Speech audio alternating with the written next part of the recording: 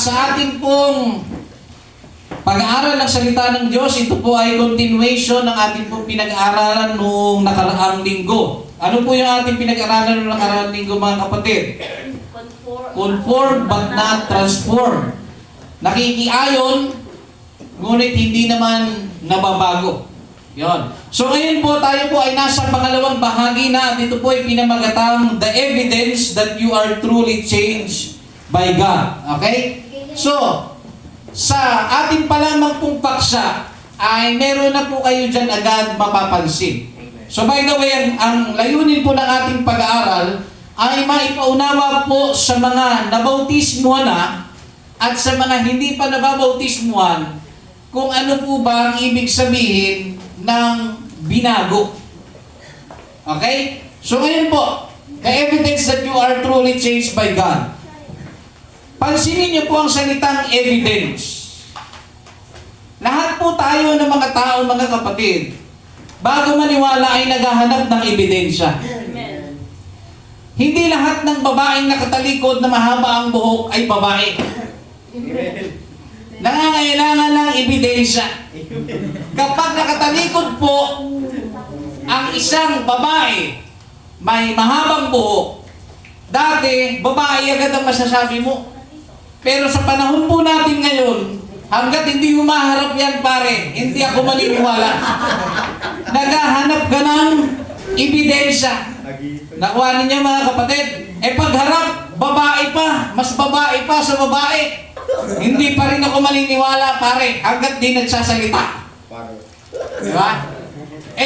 Alam niyo naman po, meron na pong mga medicine o kung ano mga ini-inject sa boses. Nagsalita, babaeng-babae. Ay, hindi pa rin ako maniniwala. Hanggat hindi ko napapatunayan yung birth certificate niyan. Lahat ko ang pangalan. Mga kapatid, tagilid. Tinanong mo ang tatay mo at tinanong mo yung tatay niya, ito po ba daw ay Grace talaga ang pangalan ng anak ninyo? Hindi, Lando talaga yan.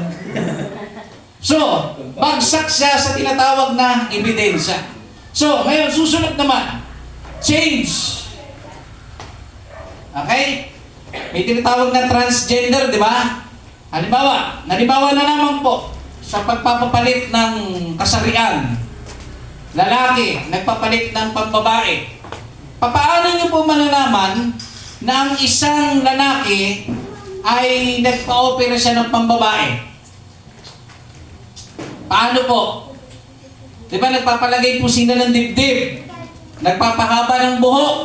Magmula sa pagiging lalaki, magta-transform sila sa pagiging babae. Nakuha natin? So, papasok po yung tinatawag na change. Nakuha natin? Hindi mo pwedeng sabihin na ang isang bakla ay nagpapalit ng kanyang tawag nito kasarian kung hindi mo makikita ang ebidensya sa pamamagitan ng pisikal na katangian. Naunawaan natin, mga kapatid?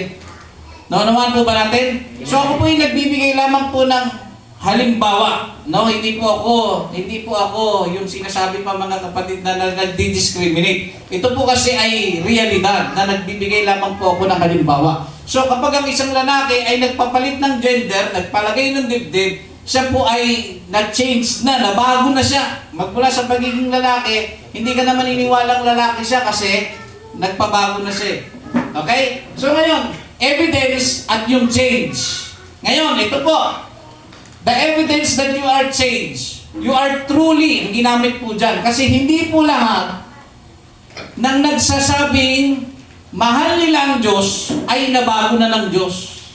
Hindi po lahat ng dumadalo sa gawain ng Diyos gaya nito ay nabago na o na-change na ng ating Panginoon. So, naghahanap po tayo ng tinatawag na ebidensya. So, gusto kong ma-establish, mga kapatid, sa atin ngayon, alamin ang ebidensya. Paano natin malalaman yung tunay na ebidensya na ang isang tao po ay binago na ng Diyos? Amen. Bigyan ko kayo ng isang panghalimbawa. Dati siyang bading. Nung nakakilala siya sa Diyos, nagbago ang kanyang mindset, nagbago ang kanyang pananaw, at Sinimulan niyang yakapin ang aral ng Panginoon na sa unat-unat sa pool pa lang, dalawa lamang po ang nilikha ng Diyos, lalaki at babae. Tinanggap niya ang aral ng Panginoon na hindi pala dapat siyang magpakabading, kundi dapat siyang magpakalalaki. Magmula sa pagiging bading-badingan, nung nakakilala siya sa Panginoon, nabago siya. Ano ang ebidensya? Bumalik siya sa pagiging lalaki. Okay. So yun po ang ating pag-aaralan ngayon. Sa lahat ng nabautismohan, taas ang kamay. Amen. Okay? Yung mga hindi pa nababautismohan, taas po ang kamay. Okay? Yung walang alam o hindi niya naiintindihan kung ano ang bautismo, taas po ang kamay. Ay, papaliwanag ko pa rin. Kapag sinabi pong bautismo, ito po ay nilulubog sa tubig, ha? Nilulubog po ang tao sa tubig. Dahil siya po ay nagsisi. So kapag ikaw po ay hindi pa po nailulubog sa tubig, magkaiba po yung salitang binyag sa bautismo. Ang binyag po, winibisikan yung ulo. Minsan may, di ba? Sa bilog, nilalagay ko ng bata, tapos binubuhusan lang sa ulo. Binyag po ang tawag doon. Okay? Sa Bible po, wala po tayong mababasa na ang Panginoong Hesus ay nagtuturo ng binyag, kundi bautismo po ang itinuturo ng Biblia. Ang bautismo po, inilulubog po sa tubig. Ang ating Panginoong Hesus ay nagbigay ng halimbawa patungkol po sa bautismo at siya po ay binautismohan ni Juan sa tubig. Amen. Siya po ay inilubog. Yan. So ngayon, sa mga nabautismohan at hindi nabautismohan, pakinggan niyo pong maigi ang aral. Dito na muna tayo mga kapatid. Sa unang pagbasa, 1 Corinthians chapter 4 verse 18. Sabi niya, samantalang kami ay nagsisitingin hindi sa mga bagay na nakikita, kundi sa mga bagay na hindi na nakikita. Sapagkat ang mga bagay na nakikita ay may mga katapusan o may katapusan. Datapot ang mga bagay na hindi na nakikita ay walang hanggan. So pansinin niyo po, ang sabi niya, samantalang kami. Sino po yung nagsasalita dyan mga kapatid? Si Apostol Pablo. Yung sinasabi niyang kami, ito po yung mga tao na naglilingkod sa Diyos. Naunawaan nyo?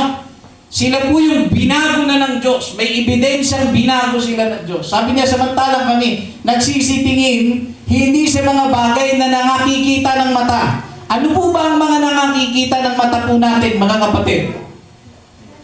Usually po ang tao, pag walang pagkakilala sa Diyos, ang buhay niya, ang takbo ng buhay niya ay nakadepende lang sa nakikita ng kanyang mata.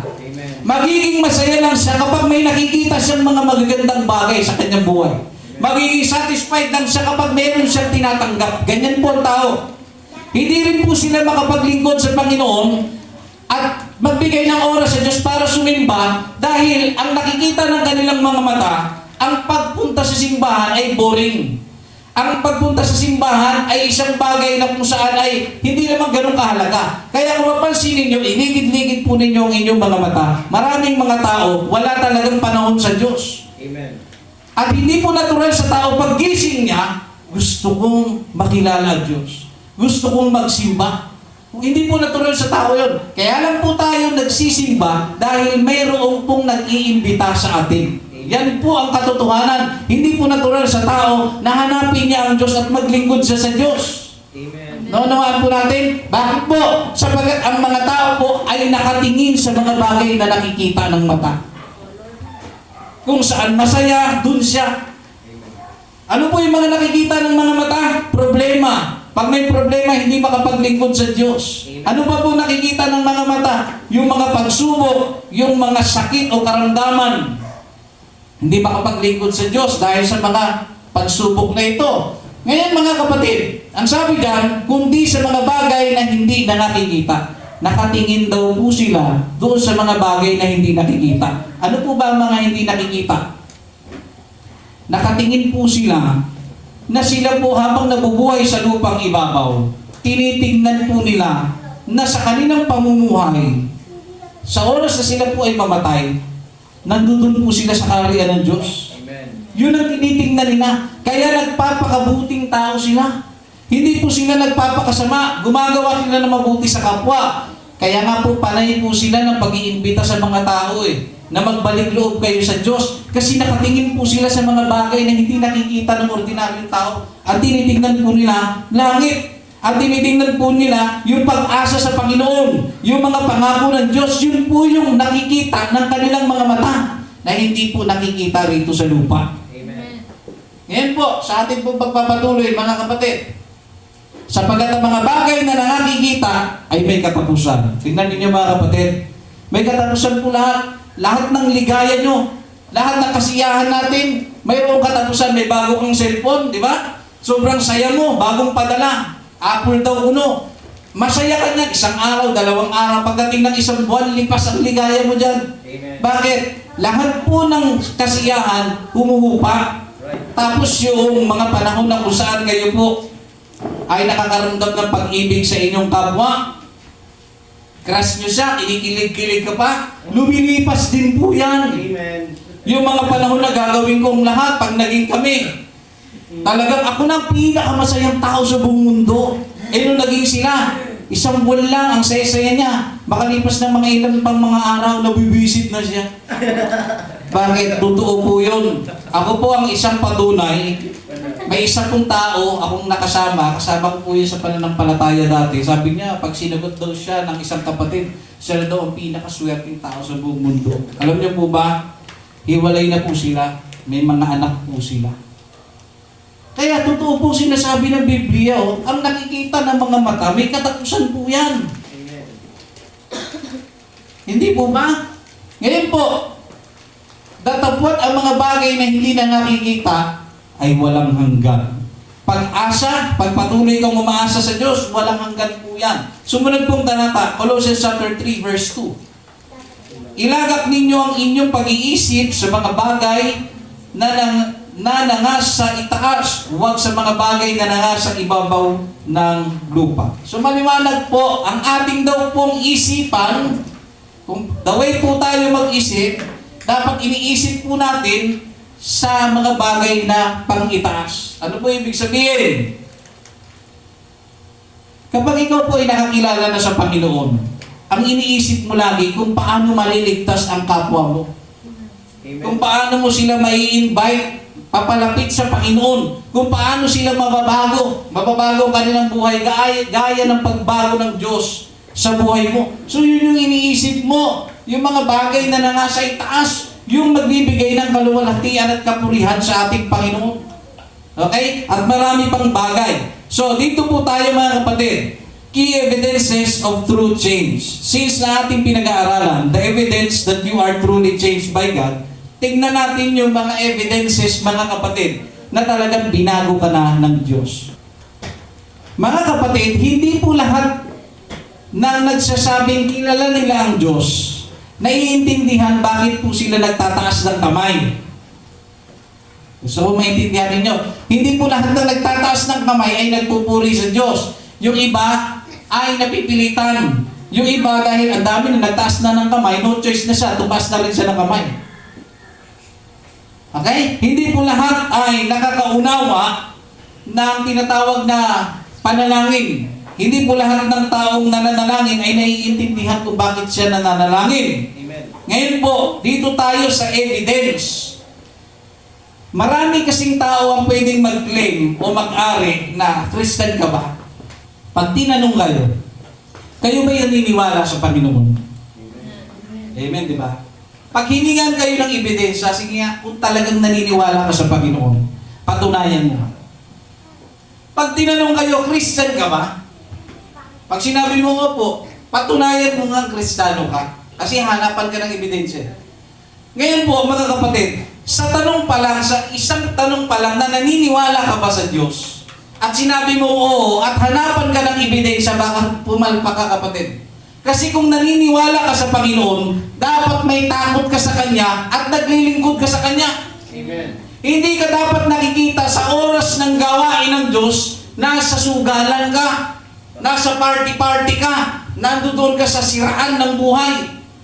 Kung talagang ikaw ay naniniwala sa Panginoon, dapat nakikita sa buhay mo ang ebidensya. Dapat nakikita na iba ang tao kaysa sa maraming tao. Ano po ibig sabihin? may mga tao nagsasabing naniniwala sila sa Panginoon, pero ang buhay po nila walang pagbabago. Puno ng bisyo. Amen. Kababae mong tao, pasensya na po kayo, ako po'y diretsahang magsasalita, kababae mong tao, naniniwala ka sa Panginoon, pero ang suot mo, hindi ka panipaniwalang naniniwala sa Diyos. Dahil ang tao po ng Diyos, o ang isa pong tao, babae at lalaki, kung talagang naniniwala kayo sa Diyos, alam nyo dapat ang salita ng Diyos. Na sinasabi ng Panginoon sa kanyang salita, kung lalaki ka, hindi ka dapat nagpapahaba ng buhok. Kapag babae ka, dapat nagsusuot ka ng maayos. Amen. Dapat disente ka. Hindi ka naka-spaghetti. Hindi ka naka-short. Hindi ka naglalabas ng kung ano-anong sa katawan mo. Yun po ang tunay na naniniwala sa Diyos. Pero hindi ko po isasara ang pagkakataong ito. May mga tao talagang naniniwala sa Diyos. Pero hindi lang nila alam ang aral ng Biblia na bawal palang magsuot ng mga maiiksi ang mga babae. Amen. Doon naman ay inosente sila. Hindi natin sila pwede doon hatulan. Pero kung may alam ka sa aral ng Panginoong Diyos na dapat umiiwas ka na sa ganung kasuotan, sinusuot mo pa rin, tapos tinanong kang naniniwala ka sa Diyos at sinabi mo oo at hinanapan ka ng ebidensya, hindi ka paniniwalaan. Amen. Sa pulis nga lang mga kapatid, o pulis to! Mukha pa lang eh. Diba? Sa mukha pa lang, diba? Paano mo malalaman kapag ang isang tao ay lulong sa droga? Lumugang pa. Walang mata. Diba? Lubog ang mata. Luwa mata. Lubog ang panga. Diba? Tapos sabi, di ka nung, di ho. Bakit? Nakita mo lang yung lubog ang panga ko? Mahilig lang akong mag-candy ng lollipop. Ay hindi. Huliin ka. Bakit ka? Kailangan makita anong ebidensya, drug test. Amen. O, pagkahuli, pag drug test, ayun, pasado, positive. Ano po nangyari? Kinulong sa selda. Kaya ang ebidensya po mga kapatid, napaka-importante. Amen. No? Tuloy po tayo mga kapatid, key evidences. Una, kapag ang isang tao daw po ay talagang binago na ng Diyos, pinag-uusapan natin, binago na ha, wala pong binagong manginginom pa rin. Wala pong binago na nag-iossi pa rin. Wala pong binago ng Diyos na nakasuot ka pa rin ng mga maiiksing mga pananamit kung ikaw po ay babae. At wala pong binago ng Diyos na lalaki, nagsusuot ka mga kapatid ng maiiksing damit. At nagpapalda ka rin, at nagpapahaba ka ng buhok. Wala pong ganong binago. Gusto ko pong i-establish kapag binago, matino. Wala nang bisyo. Pagdating sa pananamit, kagalang-galang. Pagdating sa pananalita, wala nang mura, wala nang chismis, wala nang siraan. Maayos ka. Yun po yung binago at yun po yung pag-uusapan natin. Una daw, kapag ikaw po ay binago, new creation ka na. And may bago ka ng pagkatao. Meron ka ng bagong identity. Ang sabi po sa 2 Corinthians chapter 5 verse 17, kaya't kung ang sino man ay na kay Kristo, siya'y bagong nilalang. Take note mga kapatid, kapag ikaw po ay na kay Kristo na, bagong nilalang ka na daw. Ibig sabihin, pag nakilala mo na si Kristo, naglilingkod ka na sa Panginoon, bagong nilalang ka na. At sabi diyan, ang mga dating bagay, mga kapatid, ay nagsilipas na. Narito, sila'y pawang naging mga bago. Pag binago ka ng Diyos, mga kapatid, halimbawa brother, tayo magkaibigan tayo. Nakakilala ako sa Diyos.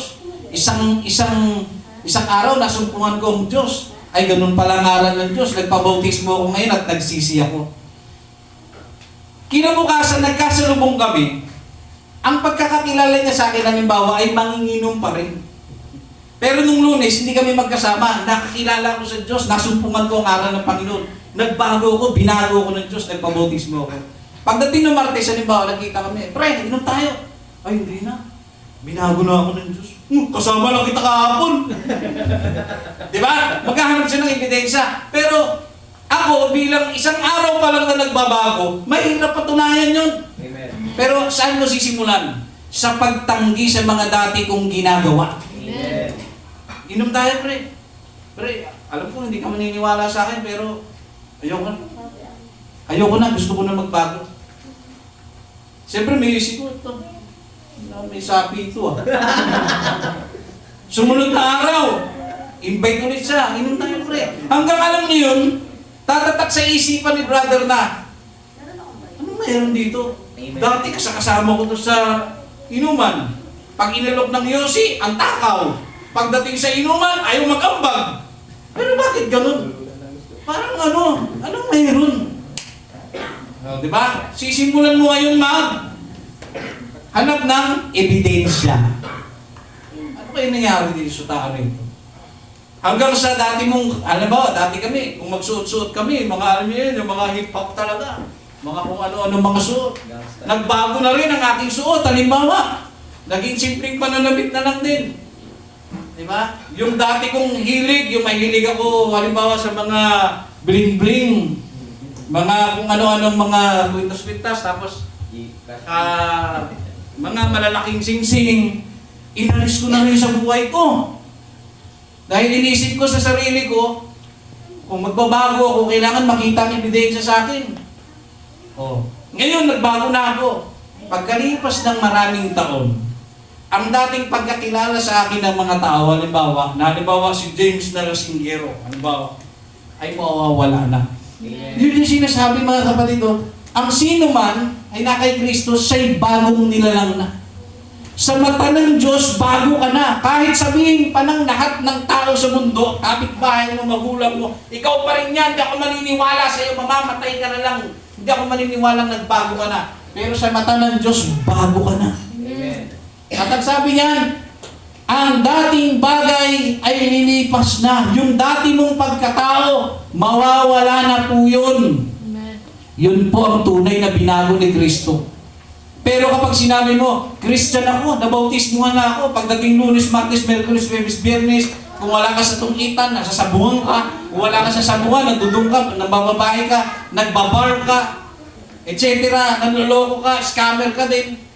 Tapos pagdating ng linggo, Lord, napakabuti mo. Tinatanggap niya pa rin ako, kahit na ganito ang buhay ko. Wala siyang balak magbago.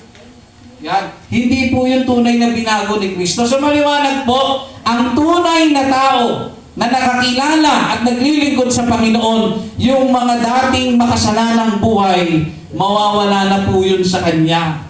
Pati yung pagbumura, mawawala po yun sa Kanya. Parang ang imposible na pag ikaw po ay lumaki sa mura, lahat ng bagay mura, natisod mura. Diba? Yung kumbaga lahat ng, alam niyo yun, magkikwento ka lang, diba? Ganyan po ako dati. Uy, may kikwento ko sa'yo. Puto, si Jericho. Diba? Pinalitan ko lang yung mura, ginawa ko lang puto. Lahat ng bagay sa akin may mura, mga kapatid. Putot ko sinta ka, walang hiya ka. Ganyan ang boses, ganyan po ang salitaan ng mga taong wala pong pagkakilala sa Panginoon. Amen. Naunawahan po natin, kapag ikaw po ay talagang nakakilala na sa Diyos, pati pananalita may ebidensya. Dati wala kang respeto sa nanay mo. Dati wala kang respeto lahat ng tao. Kala mo, matanda sa'yo, tatawagin mo, oy, pre. Pati lolo mo, Lolo pre, pahinga, di ba? Di ba? So, meron pong pagbabago sa pananalita, sa pamumuhay. Okay? Sumunod po mga kapatid. Ephesians chapter 4, verse 22 hanggang 24. Kaya sabi dito, at inyong iwan tungkol sa paraan ng inyong pamumuhay na nakaraan. Tandaan nyo, may nakaraan buhay. Ang isang binago ng Diyos, may nakaraan buhay po yan. Sabi dyan, iwan tungkol sa paraan ng inyong pamumuhay na nakaraan, ang dating pagkatao, iwan nyo na yan. Okay? Na sumama ng sumama ayon sa mga kahalayan ng pagdaraya. Next. At kayo'y mga bago sa espiritu ng inyong pag-iisip. Tuloy. At kayo'y mga bihis ng bagong pagkatao. At ayon sa Diyos ay nilalang sa katuwiran at sa kabanalan ng katotohanan. Tingnan nyo kayo'y mga bihis ng bago. Okay? Bagong pagkatao. Bago ka na dapat. Hindi ka na dapat tulad ng dati. Sumunod po na ebidensya. Meron po siyang tinatawag na repentance. Pag sinabing repentance, pagsisisi. Nagsisi na siya sa kanyang kasalanan. Alam niyo po, pag sinasabing pagsisisi, ito makaka-relate lahat eh. Sino sa inyo dito na naranasan yung magloko sa inyong karelasyon? Amen. Nagloko ka, nag-double time ka, Amen. o double timer ka. Amen. Oh. Ano pa mga kapatid? Panloloko. Mahal na mahal mo, di ba? Ano pong ginagawa? Nagsisisi na ako. Amen. Lalo na yung mga lalaki, professional din eh. Nagsisisi na ako. Ano pong gagawin ng babae? Patunayan mo! Naghahanap ng ebidensya ang babae.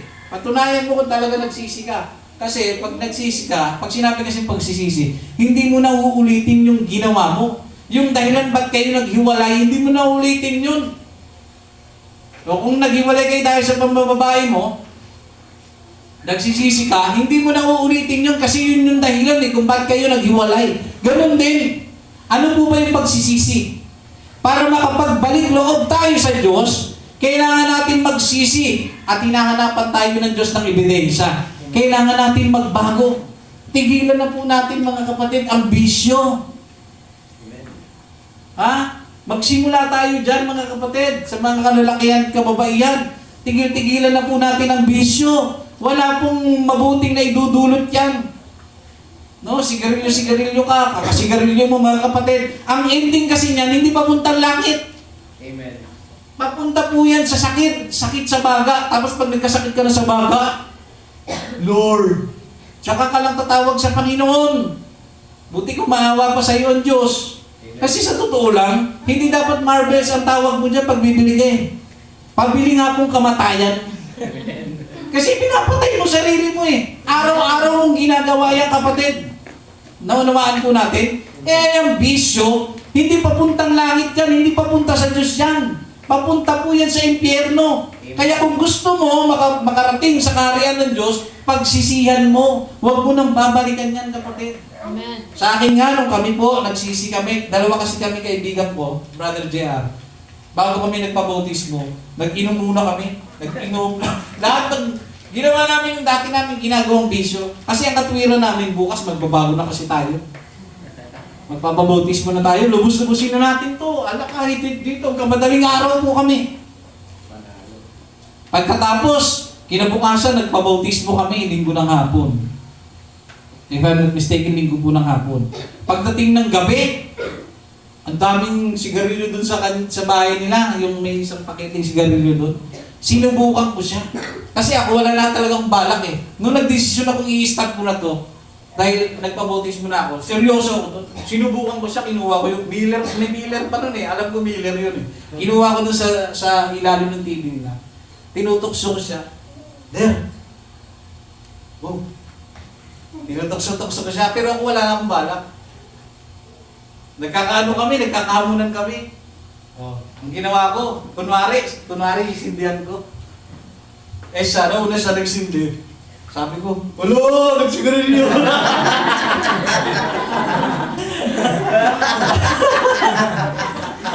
Pero binitawan niya rin.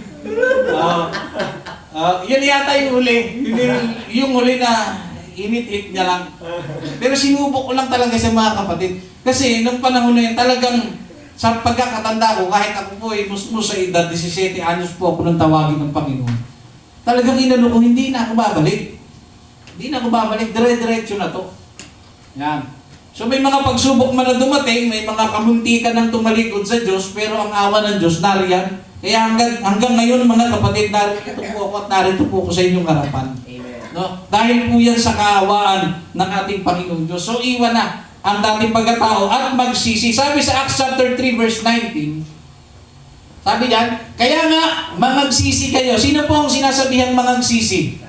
Mga makasalanan po yan. Mangagsisi kayo at mangagbalik loob sa Diyos upang mangapawi ang inyong mga kasalanan. Pakinggan po ninyo. Ang kasalanan po ng tao hindi po maaalis sa kanyang buhay kung hindi po siya magsisisi at magbabalik loob sa Diyos. Amen. Doon pa lang, tingnan niyo po sa bersikulo, doon pa lang mapapatawad ang kasalanan mo.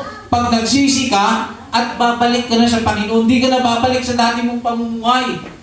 Aabante ka na sa Diyos at sabi diyan, upang kung magkagayon ay magsidating ang mga panahon ng kaginawaang mula sa harapan ng Panginoon. Tingnan nyo ha. Kapag naglingkod kayo sa Diyos, wala pong lugi, mga kapatid. Amen. Kasi napakaliwanag. Magkagayon ay magsidating ang mga.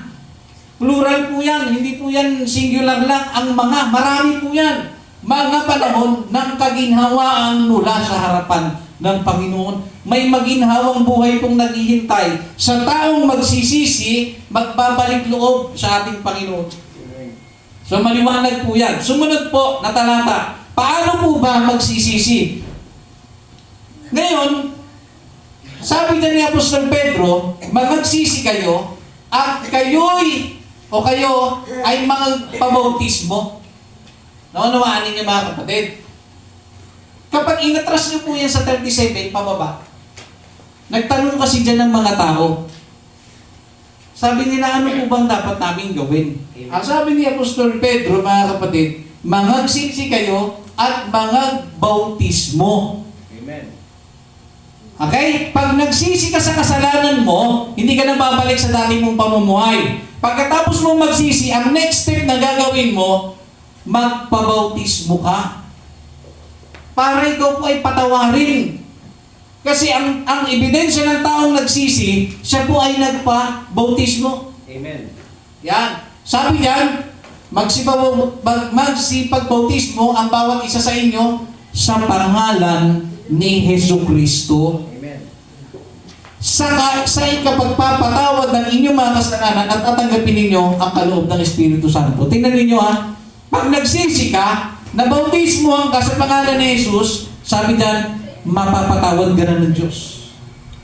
Nakita ninyo mga kapatid kung gaano kabuti ang Diyos, patatawarin po tayo ng ating Panginoon.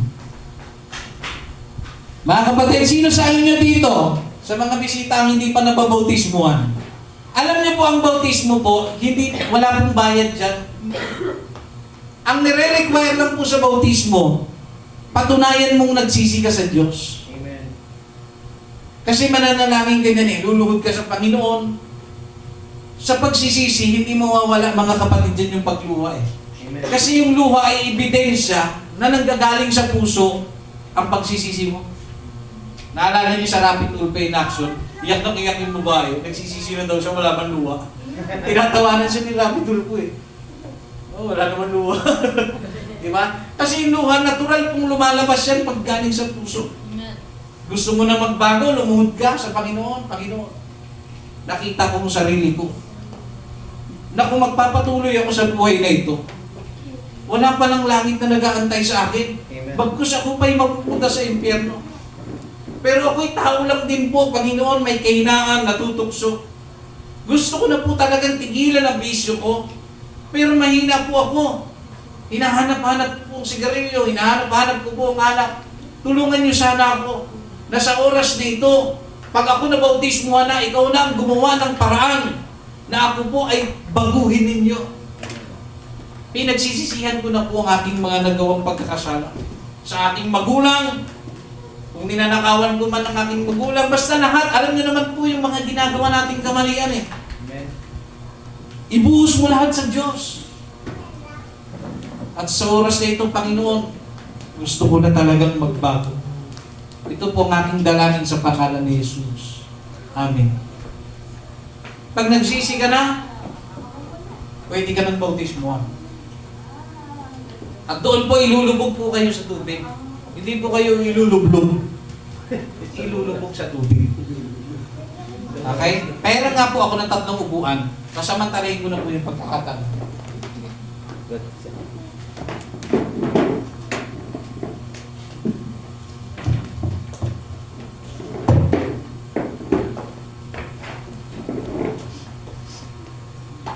Alam niyo ba ang aking gagawin? Hindi siya kita sa Jerusalem. Brother John Rick, ikaw na lang. Higa ka dito, Ter. Ano ka? Upo ka dito. Dito ka nakatapat. Halimbawa lang po ha, halimbawa, nagsisi na siya. Pumunta kami ngayon sa dagat. Nakaligtas sa Derbak, nasa likod eh. Mas magkaan sana siya eh. Siya dapat na nandito, mamaya kausapin mo. Ganito po, halimbawa nagsisi na si brother, halimbawa gusto ko magbago, sige, bibigyan ka namin pagkakataon magsisi. Ngayon, pag nagsisi na siya, siyempre, wala naman tayo swimming pool dito, dagat lang ang pinakamalapit. Swimming pool dito may bayad eh. So pupunta tayo sa dagat ngayon. Ngayon ano pong gagawin? Ngayon nagsisi na siya, pupunta kami sa dagat ngayon. Halimbawa hanggang dito yung tubig. No? Nagsisi na siya sa kanyang kasalanan. So ready ka na talaga brother, handa ka nang magbago, gusto mo nang maglingkod sa Panginoon at makapunta sa langit. Siyempre sasabihin niya, opo. Ngayon, ano pong gagawin niya? Okay, ito pong instruction. Sige, itakip mo yung sa ilong. Tapos i-press mo. Isang oras di hanga. Kailangan po kasing lumubog yung buong katawan niya sa tubig. Hindi pa pwede na may lulutang dyan na isa. Amen. Okay? So, ilulubog ko po siya sa tubig. So, ayon sa kanyang pananampalataya, no? Brother John Rick, aking kang binabautismuhan sa pangalan ni Jesucristo sa kapatawaran ng iyong mga kasalanan at tatanggapin mo ang kaloob ng Espiritu Santo. Okay? Tayo ka na. Thank you.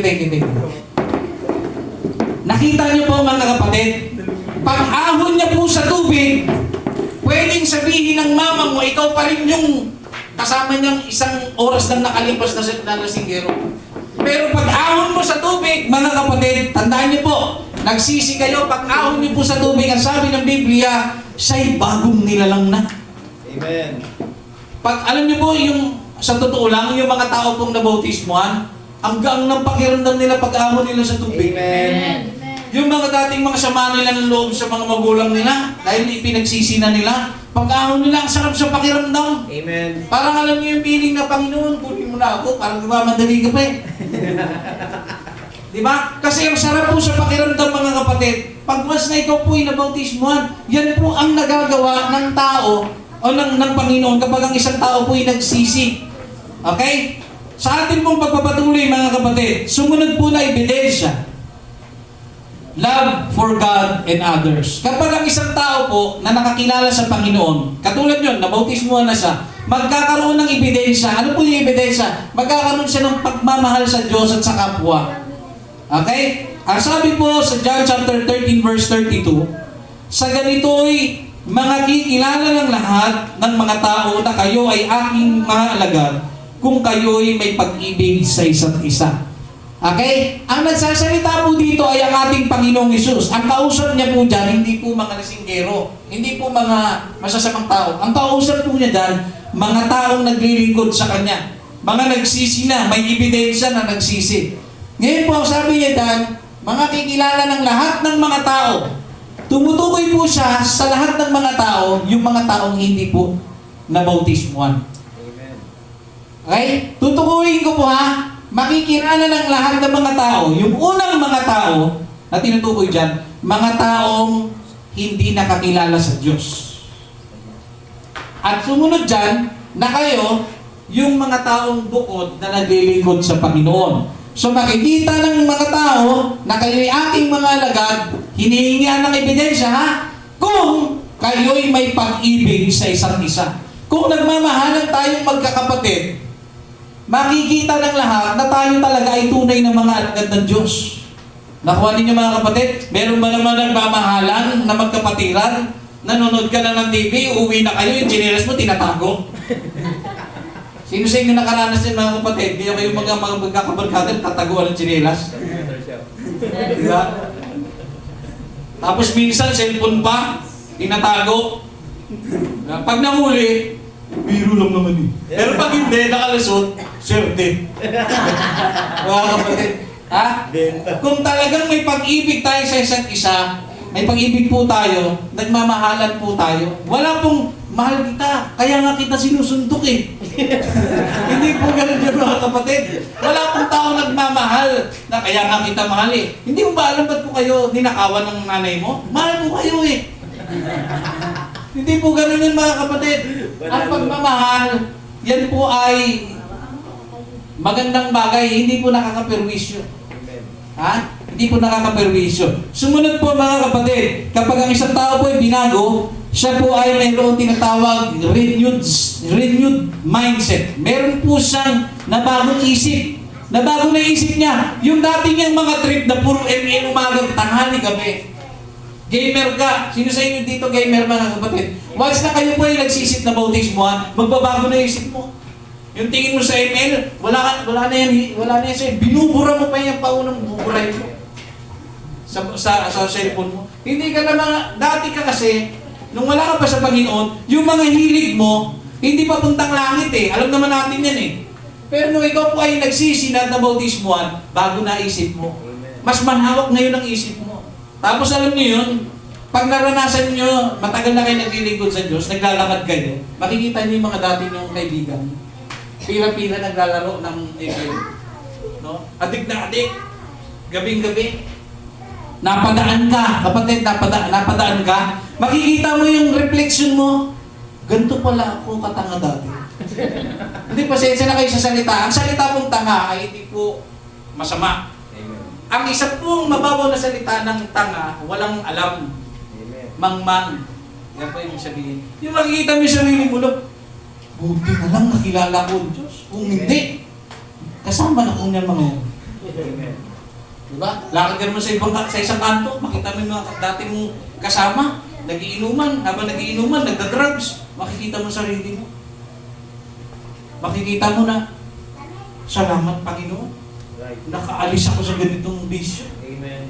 So ngayon, ang mangyayari sa'yo, gagawa ka ngayon ng paraan. Kung paano ka binago ng Diyos, gagawa ka ng paraan na makakilala rin sila sa Diyos. Yun ang tunay na kaibigan. Amen. Hindi kayo papahamak kundi dadalhin ka sa Diyos. Kaya kung meron kayong kaibigan, kung meron kayong kaibigan at sinasabi niyong best friend, at kasama mo sa bisyuhan, hindi yan tunay na kaibigan. Amen. Ay ang tunay na kaibigan, dadalhin ka niyan papalapit sa Panginoon. Amen. Kahit anong mangyari, minsan tinatanggihan mo na sa iyo, nagbago ka na, mula nang nabautismo ka, ayaw mo nang sumama sa amin sa inuman. Huwag na tayong maging magkaibigan, hindi na kita best friend. Pero dahil siya'y nakakilala sa Panginoon, imbis na masaktan, awa ang nararamdaman niya sa best friend niya. Sinatsaga niya. Hanggang maimbitahan niya sa simbahan, hanggang nagbago rin ang pananaw, at ang tahuli-hulihan gagawin. Best friend, salamat ah. Hindi mo ko sinukuan. Kasi kung sinukuan mo ko, hindi sana ako nakakilala sa Panginoon. Amen. Di ba? Lord. Napakagandang isipin mga kapatid, yung mga ganyang kaibigan, kapag kayo tinataguan ng tsinelas, layuan nyo. No? Layuan nyo po yan. Hindi po magagandang kaibigan yan. Ha? Sino sa atin dito mga kapatid nung nakakilala na sa Diyos na nanago pa ng tsinelas? Ha? Hindi po yan maganda. Ha? So, renewed mindset mga kapatid, bago lang isipan mo.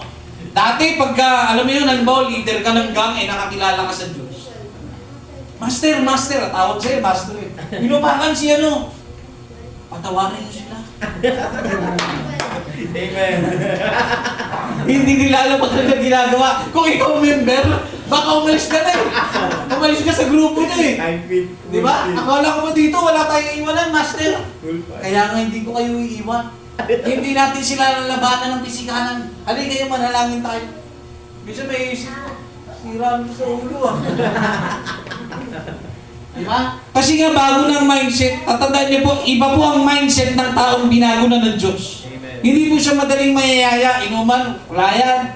Bisyo, wala yan. Gala, depende sa gala. Pero yung gala, mga babae, hindi yan sasama. Wala pong binago na ganun mga kapatid. Sumunod po ang mga kapatid. Malapit na po tayo matapos. Okay? Magkakaroon po siya ng, sabi sa Romans chapter 12 verse 2, at huwag kayong magsiayon sa sanglibutan ito. Okay? Huwag kayong magsiayon sa sanglibutan ito. Magkakaroon po siya ng kaugalian na hindi na po siya makikiayon sa mundo. Tingnan niyo po kapag ang isang tao po kulang sa pagmamahal, naghahanap yan ng atensyon. Nagtitiktok, no? Mamaiksing damit, nagsasayaw-sayaw. Kaya ka lang naman ganyan kasi may nakita ka. Di ba? Huwag kayong magsiayon sa takbo ng mundo. Kung ang takbo ng mundo, puro TikTok, nasira na ang tuktok, huwag ka nang sumunod. Di ba? Naalala niyo yung nauso yung F4? Sino sa inyo nakaabot ng F4? Amen. Mga ako lang yata dito Amen. Ha? Diba? Sila daw Mingsu. Unang-unang lapag sa Pilipinas. Lahat ng mga Pilipino naging Taiwanese eh. Hindi naman lahat ha. Yung mga fans, nagpaganyan, nagpagamba. Isa rin po ako dyan. Daming suit. Lagi din ako dito. Pili ko, daming suit ko eh. Ang dami. Bakit nyo yung ginagawa? Sabi dyan, huwag kayong magsiayon sa takbo ng mundo. Huwag nyo silang kayahin. Dapat kayong ginagaya ng mundo. Amen. No? Pagka hindi, ako na lang gayahin nyo. Pumunta tayo sa Panginoon. Amen. Diba? Huwag daw tayong may sa takbo ng mundo o ng sanlibutan ito. Sabi yan, kundi mag-iba kayo sa pamamagitan ng pagbabago ng inyong pag-iisip. Baguhin nyo na isip nyo, mga kapatid. Okay? Upang mapatunayan ninyo kung alin ang mabuti at kaya-aya at lubos na kalooban ng Diyos. Okay? Tuloy po, mga kapatid. Sumunod po na ebidensya, magkakaroon po kayo ng tinatawag na heavenly mindset. Ang inyong kaisipan patungkol na sa makalangiting bagay. Okay? Magiging makalangitin yung iyong mindset. Ano po ibig sabihin? Ano pong bagay ito? 1 Corinthians chapter 4 verse 18, samantalang kami ay nagsisitingin hindi sa mga bagay na nakikita, kundi sa mga bagay na hindi na nakikita. Sapagkat ang mga bagay na nakikita ay may katapusan. Datapot ang mga bagay na hindi na nakikita ay walang hanggan. Yan po yung binasa natin kanina. Magkakaroon ka ng heavenly mindset. Kapag ang isang tao po'y binago na ng Panginoon, yung ebidensya na siya po'y anak ng Diyos, ang kanyang isipan, kung paano siya tumingin sa mga bagay-bagay, tinitingnan niya po yung pinakamagandang magagawa niya. Nag-iisip po siya ng makalangiting pag-iisip, hindi po sa mga bagay na natatapos. Tingnan niyo po ha, ano po ba mga kinakasiyahan niyo mga kapatid? Sa mga hindi nakakilala sa Panginoon noon, balik tayo, halimbawa lang, balik tayo sa dati nating buhay, na wala tayong Panginoon sa buhay natin. Saan po ba tayo masaya? Barkada, ano pa? Party, ano pa? Ikaw brother, ang bag ka? Pera. Ikaw sister, ang bag ka? Ha? Nagpapabol sa Carpios. Bisyo, gala. Yan yung kinakisiya natin. Pero hindi nyo ito matututulan ang sabi ng Biblia. Ha? Hindi daw sila nagsisitingin sa mga bagay na nakikita.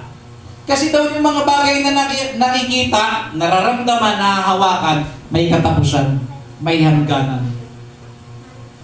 Oh. Marami po sa mga tao hindi po nagpapahalaga pagdating sa pagsisimba. At alam kong maniniwala kayo dyan. Dahil marami sa mga kaibigan ninyo, di ba? Kayo may mga kaibigan pa kayo, di ba? Di ba, brother? It's a challenge po kayo. Mapapatunayan nyo na totoong salita ng Diyos. Pag alis ninyo mamaya, i-invite nyo sila. Uy, nakasimba kami nung linggo. Sama kayo, tingnan nyo kung ano magiging unang reaksyon nila. Pag nag-invite kayo ng tao, kasi hindi naman po talaga natural sa tao na lumapit sa Diyos eh. Amen. Kadalasan pag nag-imbita ka, tatanggihan ka eh. Dito na lang ako, may PlayStation na lang ako. Diba?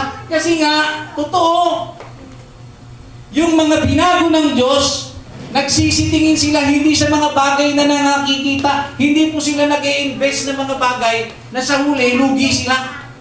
Tingnan nyo, nag-i-invest ka. Nag-i-invest ka sa mga games, nag-i-invest ka sa gala. Pag once na namatay ka, hindi ang games, hindi ang gala, hindi ang bisyo ang magliligtas sa iyo, kapatid. Amen. Mapupunta ka sa impyerno. Right. Pero kung gusto mo talagang makarating sa langit, tignan mo at pahalagahan mo yung mga bagay na hindi nakikita. Ano po yun? Gaya nitong pagsamba. Dumalo po kayo. Kasi kung gusto po talaga ninyong magbago, dumalo po kayo. Kasi maririnig po ninyo ang mga salita ng Diyos na hindi nyo po maririnig sa mga barkada ninyo. Amen. Hindi nyo maririnig sa mga kakilala ninyo, kundi mababago po talaga kayo. Okay? So ang mindset po natin ay magkakaroon po tayo ng heavenly mindset. Magkakaroon tayo ng makalangiting pag-iisip. Ngayon po, huwag nating ipagpalit ang mga bagay na eternal sa mga bagay na temporal. Ulitin ko po, huwag daw po natin ipagpapalit ang mga bagay na pangwalang hanggan sa mga bagay na may katapusan.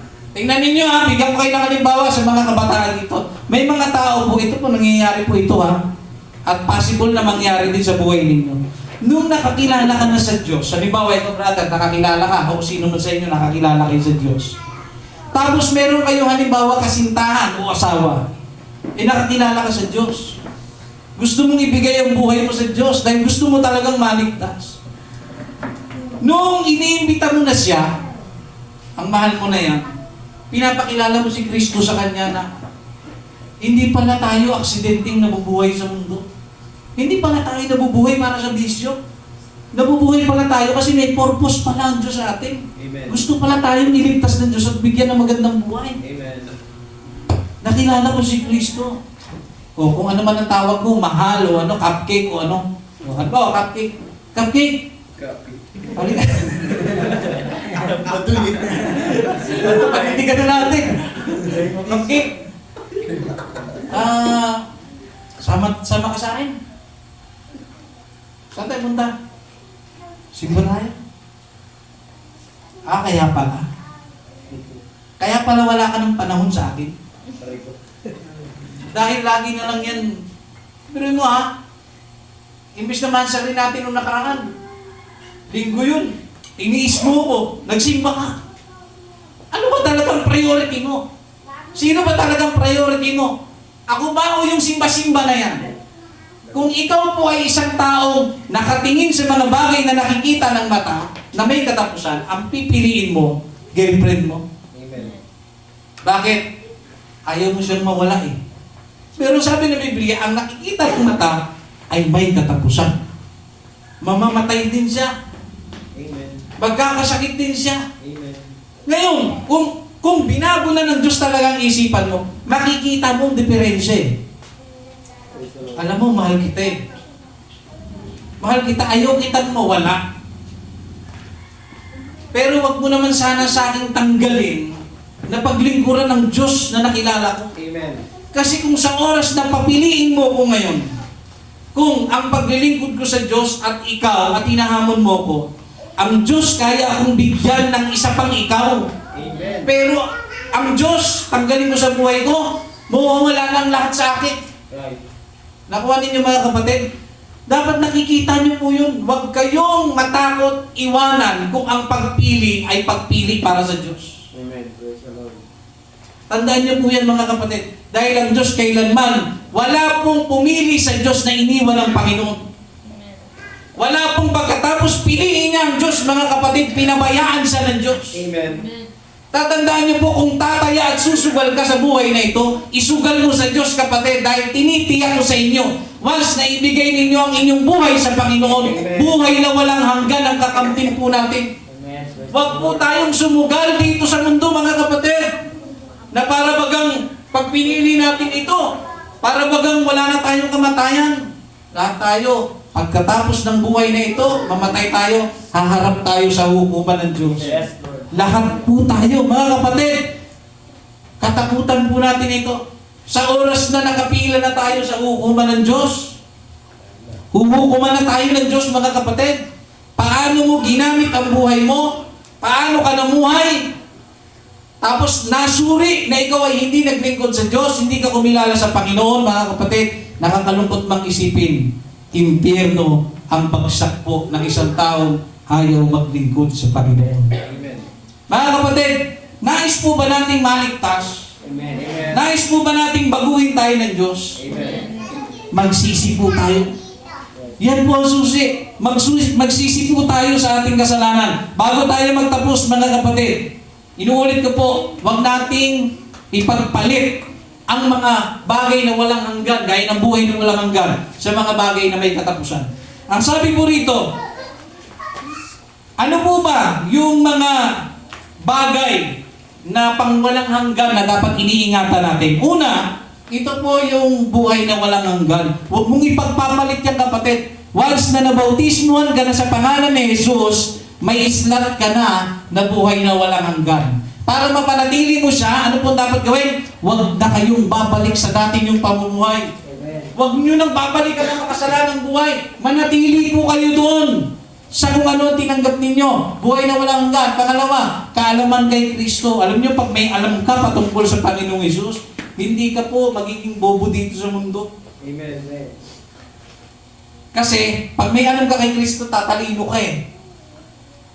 Tingnan nyo, bigyan ko kayo ng logic Sabi sa'yo ng nanay mo, ikaw, ang ganda-ganda ng trabaho mo, umalis ka sa trabaho mo para lang dyan sa pagsimba-simba mo. Eh siyempre, binago ka na di ba? Bit-bit mo yung yung kaalaman ni Kristo at saka yung mapapala mo kahit na nawalan ka ng trabaho, dahil pinili mo nga. Sabi ikaw, walang mangyayari sa'yo. Hanggang dyan ka na lang. Amen.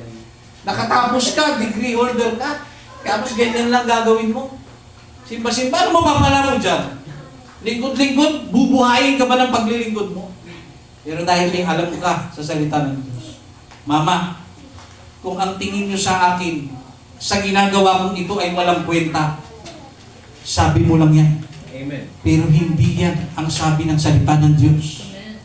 Ang sabi ng Panginoon, ang lahat ng susunod sa kanyang kalooban, magkakaroon ng buhay na walang hanggan. Right. Sige po, ma. Ipagpalagay na natin. Sundin ko ang gusto ninyo. Pero pagkatapos ng buhay na ito, hindi ko nagamit ang buhay ko sa tamang pamumuhay, haharap ako sa hukuman ng Diyos. Anong silbi ng yaman kong impyerno ang huli kong patutunguhan? Amen. Nakuha ninyo mga kapatid? Yung talino, mga kapatid, nasa salita yan ng Diyos. Hindi po yan mawawala, mga kapatid, sa inyo. Okay? So, tuloy po tayo mga kapatid. Colossians chapter 3 verse 2, ilagak ninyo ang inyong pag-iisip sa mga bagay na nangasa itaas, huwag sa mga bagay na nangasa ibabaw ng lupa. Example, simba ayaw, basketball gusto. Di ba? Inalagak niya yung kanyang pag-iisip sa mga bagay na panlupa. Kapag gaganon, simba ayaw, gala gusto, simba ayaw, no? Gala gusto, etc. Mali po yan mga kapatid. Simulan na po natin ito. Kung binago ka na ng Diyos, ilagak na natin ang ating pag-iisip sa mga bagay na nasa itaas. Ano po yun? Gaya nito. Mamaya po pagkatapos ng gawain kasi may general meaning. Kung sino lang naman po ang gusto. Okay? Ay, binago na ako ng Diyos. So dapat, pag ako'y binago na ng Diyos, dapat mapapakinabangan ng Diyos ang buhay ko. Amen. Imbis na uuwi ako, wala rin naman akong gagawin. Tutulong ako. Maglilinis kami ng simbahan. Amen. Hindi ba matutuwa ang Diyos doon? Matutuwa po ang Diyos doon. Bakit? Right. Napapakinabangan ng Diyos ang buhay ko. Nakuha natin mga kapatid. Isipin natin yung mga bagay na pangitaas. Ano? Isipin po natin. Ngayon po, sa ating pong pagtatapos, self-assessment po tayo. Sige, sister. Dito na po tayo magtatapos Una, kamusta ang buhay mo? Mga kapatid, sa mga bisita, sa mga datihan, sa mga nabautismuhan at hindi pa nababautismuhan, ito po yung general na tanong. Sa mga napakinggan nating salita ng ating Panginoon, kakamustahin tayo ngayon. Kamusta po ang buhay ninyo? Sumunod po. Ikaw ba ay nabago na ng Diyos?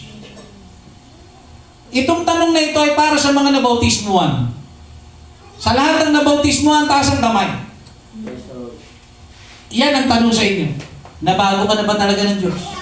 Kasi kung talagang nabago ka na ng Diyos, dapat may ebidensya sa pananalita, sa pananamit, sa pakikisama, sa pamumuhay, may ebidensya. Yan po ay tanong sa mga nabautismuhan Kasi sa mga hindi pa nabautismuhan, hindi natin ito pwede itanong Kasi hindi pa naman sila nakapagsisi at nabautismuhan. So ito po, tanong po sa atin, nagbago na po ba talaga tayo? Inuuna ba natin ang Diyos? Ang gawain ng Diyos? Priority ba natin ang Diyos? Ginagawa ba natin ang lahat para sa Panginoon? No? Sumunod pong tanong. Ito po ay generally. Sabi niyan, pinagsisihan mo na ba ang mga kasalanan mo sa harap ng Diyos? General po ito, pero mas more on sa mga hindi pa nababautismuhan. Sino po dito hindi pa nababautismuhan? Okay? Ito po yung tanong sa inyo. Pinagsisihan mo na ba ang mga kasalanan mo sa harap ng Diyos? Oo, hindi.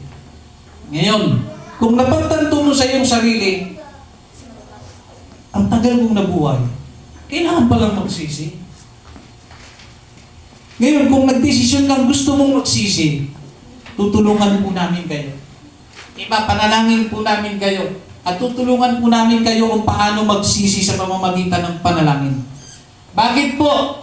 Kasi pag hindi po tayo nagsisi sa ating kasalanan, hindi po tayo maliligtas. Seryosong bagay po ito mga kapatid. Hanggat hindi po tayo magsisisi sa ating mga nagawang kasalanan sa harapan ng Panginoon, wala pong kaligtasan matatamo tayo. Lalo pat narinig na natin ang salita ng Diyos. Sumunod po, sa mga hindi pa po nababautismuhan, nagtaas kayo ng kamay. Ang tanong kanina, nagsisi ka na ba? So kung hindi pa, kailangan mo magsisi. At kung gusto mo naman magsisi, kailangan mo magsisi. At ito po susunod na tanong, nabautismuhan ka na ba sa pangalan ni Jesus? Kasi kung hindi pa, sayang po ang buhay natin. May impyerno po tayo mga kapatid. Seryoso po ito. Hindi po ito usapang pang-relihiyon. Tandaan niyo po ha, kahit saang relihiyon ka pumunta, kung hindi ka magsisisi at mababautismuhan sa pangalan ni Jesus, baliwala lahat. Amen. Kahit dikit na dikit ka, kami ang pinakamalaking grupo, kami ang pinakamaraming membro, kami ang pinakamaraming simbahan, kasinggero ka pa rin, nagdudroga ka pa rin, masamang tao ka pa rin, wala rin yan mga kapatid. Hindi babasihin ang kaligtasan sa laki ng simbahan o laki ng miyembro o liit ng miyembro. Amen. Pagdating ng paghuhukom, pag lahat tayo nakapila sa Diyos, sasabihin ba ng Diyos, anong reliyon mo? Christian, impyerno ka. Hindi po ganon. Hindi po tatanungin ng Panginoon kung anong reliyon mo pagdating sa langit. Pag judgment na, ang susukatin, paano ka nabuhay? Paano ka sumunod? Sinunod mo ba? Nagsisi ka ba? Nabautismuhan ka ba? Kasi kung hindi, cancel ka. Amen. Hindi ka cancel ka sa langit, impyerno ka. Amen. So ngayon, nabautismuhan ka na ba sa pangalan ni Jesus? Tanungin ko po kayo sa ating mga bisita, brother, nabautismuhan ka na sa pangalan ni Jesus? Ikaw, brother? Hindi pa. Majority po yata sa inyo, no? Kasi pagka aminado kang hindi ka pa nabautismuhan, siyempre, hindi ka talaga nabautismuhan sa pangalan ni Jesus. Amen. Hihingi lang ako ng konting-konting oras sa inyo, sa mga bisita. Acts chapter 19. Mayroon pong mga katulad ninyo ang kalagayan na mababasa sa Biblia. Acts chapter 19. Hindi naman totally katulad na katulad, pero meron tayong natututunan dito. Gawa kapitulo 19. Okay, dyan na tayo. Nababasa nyo naman, di ba? Sige, sabi rito, at nangyari na samantalang si Apolos ay nasa Corinto, pagkatahak ni Pablo ng mga lupaing matataas ay nasa Efeso at nakasumpong ng ilang mga alagad. Okay? Ilang mga alagad. Sabi rito, at sa kanila'y sinabi, tinanggap na ba ninyo ang Espiritu Santo nang kayo'y magsisampalataya? At sinabi nila sa kanya, hindi! Hindi man lamang namin narinig na may ibinigay na Espiritu Santo.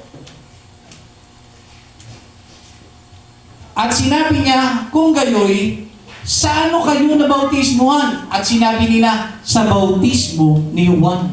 Nagtanong si Apostol Pablo sa kanila, saan kayo nabautismuhan? Sabi niya, nabautismuhan kami ni Juan, si Juan nagbautismo sa amin.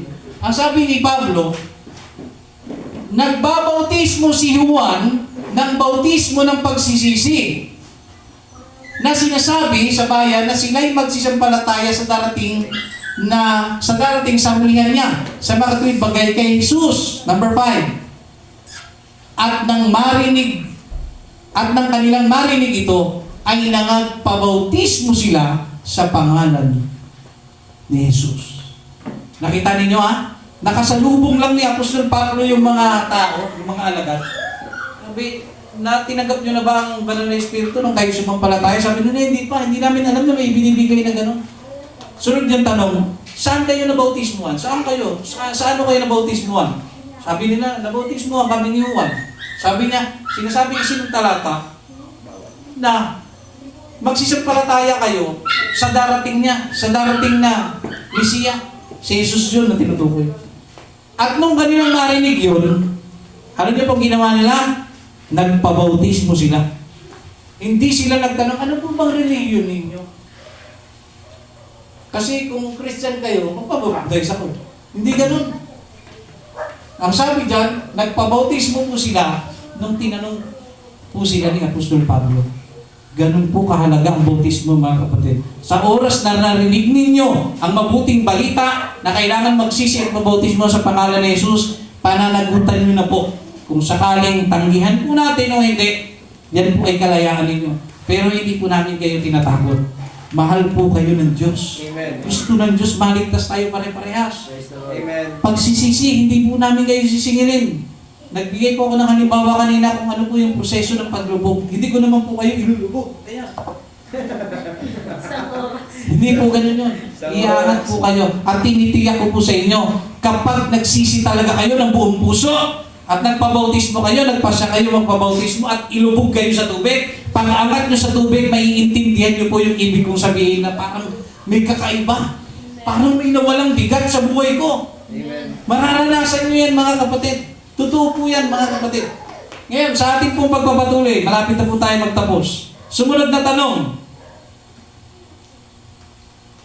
Okay? Sa mga bisita po natin, kung kayo po ay hindi pa nabautismuhan sa pangalan ni Jesus, sino po ang nag-imbita sa inyo? Si Sister Lorian. Magsabi po kayo sa kanya. Halimbawa, pag-uwi niya mamaya, Sister Lorian, gusto kong maglingkod sa Panginoon eh. Gusto ko nang ibigay ang buhay ko sa Diyos. Gusto kong maligtas. Pero sabi kasi kanina ni Brother Jim sa kanyang pangangaral, kailangan pala magsisi. Gusto ko na talaga. Gusto kong baguhin ang buhay ko. Ayoko na ng ganito. Walang direksyon ng buhay ko. Magsabi kayo sa kanya, gusto ko magpabautismo, Sister Lorian. Gusto ko magpabautismo. Sabihin mo sa kanila, kay Brother James. At pag sinabi sa akin ni Sister Lorian na may magpapabautismo, tutulungan po namin kayo kung paano magsisi. Saglit lamang po ang pagsisisi. Basta galing sa puso. Ano? Kung gusto niyo magbago, mga kapatid, narito po kami. Tutulungan po namin kayo. Okay? Sumunod po na tanong. Nais mo na ba talagang magbagong buhay at mamuhay ng naaayon sa plano ng Diyos sa iyong buhay? Generally, sa ating lahat, magdesisyon po kayo ngayon. Oo o hindi. Sumunod po. Nais po bang makapasok sa area ng Diyos at maligtas? Nais po ba natin, mga kapatid? Amen. Magdesisyon ka ngayon. Sa mga nabautismuhan, mas igihan po natin ang paglilingkod sa Panginoon. Igihan natin ang pagsunod. Igihan po natin ang pag-invite. Nang sa ganun, marami pa po tayong mailapit sa Panginoong Diyos. At sa mga hindi pa po nababautismuhan at nais magsisi at magbagong buhay, ito po ang pagkakataong ibinibigay po sa atin ng Diyos. Oo at hindi lamang po. Susunod ba tayo? Maglilingkod ba tayo? Magsisisi ba tayo? Magpapabautismo ba tayo? Nasa inyo po ang desisyon, mga kapatid. Kaya sa oras na ito, mga kapatid, sa ating pong pagpupuri sa Panginoon, itataas natin ang ating kamay ng buong puso na hindi po nahihiya. Magpupuri po tayo sa Diyos ngayon, mga kapatid. Sa pagtaas po ng ating kamay, mga kapatid, kausapin niyo ang Diyos. No? Lalo na sa ating mga bisita, kausapin ninyo ang Panginoon. Habang nakataas ang inyong kamay, sa isip niyo lang, Panginoon, gusto ko pong magsisi, gusto ko pong mabautismuhan, gusto ko pong magbagong buhay. Tulungan niyo po sana ako na magbago ang aking buhay. Okay? So sa oras pong ito, mga kapatid, hanggang dito lamang po tayo. The evidence that you are truly changed by God. Ano po ang ebidensya? Sila po ay mga nabautismuhan na, sila po ay mga bago na ang pag-iisip, etc. So let us all stand, mga kapatid, at purihin po natin ang ating Panginoon at ating na pong tinatawagan at tagapagmuna ng ating gawain.